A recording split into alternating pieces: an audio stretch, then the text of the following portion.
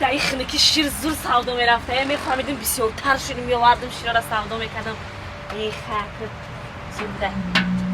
السلام علیکم رئیس بابا و علیکم السلام مبارک شوی کسبای نام من اینجا بانو رحمت رئیس بابا رحمت چیکار میکنی شما در اینجا راستی گپ رئیس بابا امی قشلاقا شیر میارم امی شهر در شیر میفروشم امروز سودام خوشروی بچه در رئیس بابا برام خرساندم قندو تبزن بهترین کارا میکرده بهترین کارا میکرده میفهمیده ما هم شیر میگیریم من شما گپ نیست رئیس جان پگا یکم خونه خودت شیر میبرم رئیس سلامت باشی برای کار شما رحمت رئیس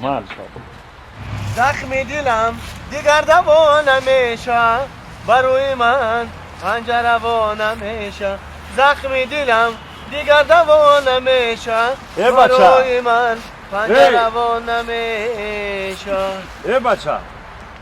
من نشناختی با فکر من نشناختی چی خیلی نمیشناسم میشناسم شما یا آدمی بای قشلاقی ماین رئیس بابا خواهی مرا که شناخته باشی برای چی سلام نمیتی من گذاشته ایستم رئیس بابا شما یا آدمی بای کم ترک بایگیری تانو من رو داده نمیتونین ما یا آدمی کم بغل چه خیلی سلام شما دو بتون عجبی بچه بدهی اگر این نمی قبایگری ما بتم تا بس سلام اومتی رئیس بابا اگر شما این قبایگیری تانو ما دو بتین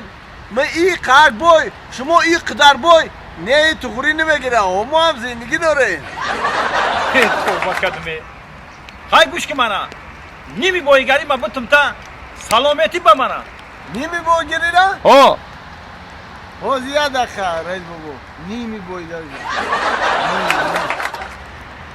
نه این خیلم نمیشه هر دومان برابر میشیم با شرط نسته که همدیگری رو سلام بتیم خواهی گوش که منه با اینا یا چی دیگر میگم همین بایگری ما همه میتم تا با مرا سلامتی با همه بایگیری تو که بده دادی با من بای میشم تو کم بغل خودت آمده سلام دادم بگی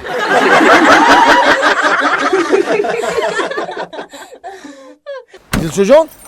بیا بشی میریم یک کجا میریم قصر رسوم چه کجا میریم این خنکی دیگه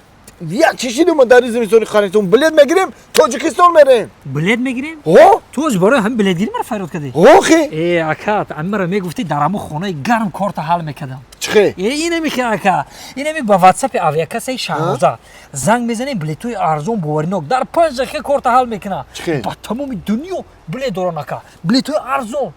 خیلی بگی زکاس که دوستان عزیز با شما توصیه میتیم که رنگ ما از خانه نبرآمده با واتساپ اویاکس شهروزا زنگ بزنید بلیتوی ارزون و باورینوک است مردن؟ لبن مردن تو که فراموش کردی کو؟ خالی فراموش کردم روز من مردن روی سفید مالش خب نه که هم سعدی جان باور بزرگ کردی خطی همین سوالات یا سوالای امیتی که اوخه چیکار کنم میگم بیا کارت بازی کنم در این خنکی یعنی کارت بازی درست نیست درست نیست وقت کارت بازی کردن ای سعدی یعنی اکای توقی داره دیدی نه مرد که توقی داره اینا میره این یکون رئیس محله ای نه یا باسواد یا اودایم باسواد باسواد اوه ام بسیار تعریفش میکنن که همین اکای توقی داره اودایم باسواد این اگر سوالته باشی نبگی نیره سوال بته آخه روزی دراز مرا سوال بزی ما خدمت آودم به کار خود جمع کجا میدونم سوال تو میشناسی مرد من نمیشناسم اینا بگی سوالش ته سلام علیکم اکا سلام علیکم اکا خوبی سلامتی سلام علیکم نازنین سودین تینجه یک قنسون بزنم بچه‌های خوب آه نظر افتاد همان سوی لاله و باغ مطرب و چنگ بیزن تا کی بیرقصیم همان در وطنی چی شاد یک قنسون بزنیم شما هم حافظان هستی؟ نه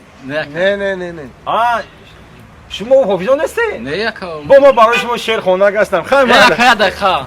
همین یاد سوال داشتیم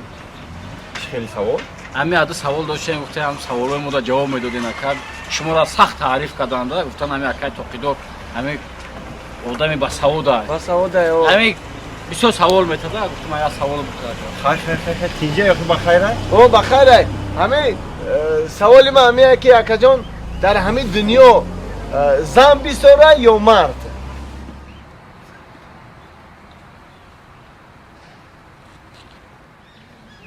روز گپ دودر من این سوالا نمیدونم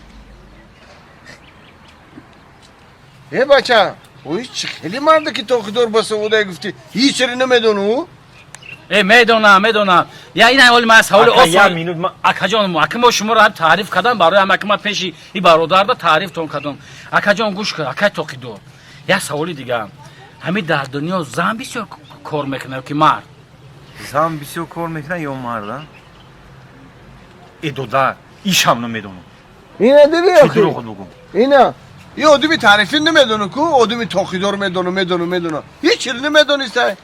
میدونم تعریفش کردن میدونم چه خیلی میدونم زدی وای مرا آدمی توقیدار با سعوده آدمی توقیدار همه چری میدونه این مرا گفتن که همین اکا توقیدار هم توقید در سرش با سعود دادم خیلی آخران سوال اکا جان آخران سوالم همین پرنده ماینه همین قناتش درک نه پریده میتونه ای نمیدونم راستی گب دودر چی بگم دروغ تون بگم آخه نمیدونم ای اکا نه که شرمنده کردی چه خیلی نمیدونی باید شما بدونید واکن آدمی که درسش توقیدارم باید بدونه راست میگه در سر توقید داری چه خیلی نمیدونی ای دودر گب دارم این توقی باشه کمک خودت بگو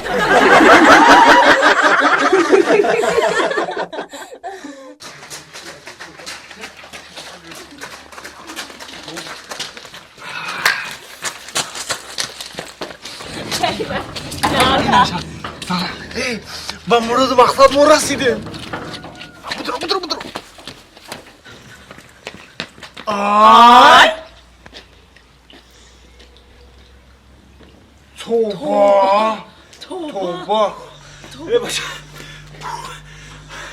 آی قفا دای دویده رو مردم همین قفای رو میکنیم نگاه نمیکنی قفاتا آی زادروز داری نه یانگم زادروز رو ها نه ینگی تام زودروز نداره او ای چه اگنی قگل داری جا راستی گر همسایه جون حالی اگر بگم تا باور نمیکنی چه همین بالای قشلاق مونده حوز کو حوز خای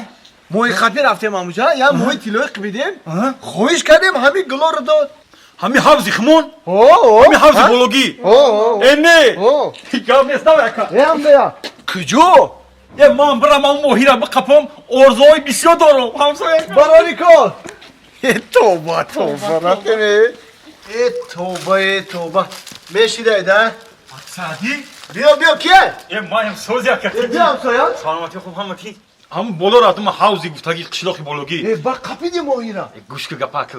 تو را پارت افتم جورا همه خیلی زد ماهی تیلایی را گرفتم سینش گفتم که ماهی تیلایی من همین ارزو دارم که همین یه خونم پری باکس باشه وو باکس هو بگو که مایلا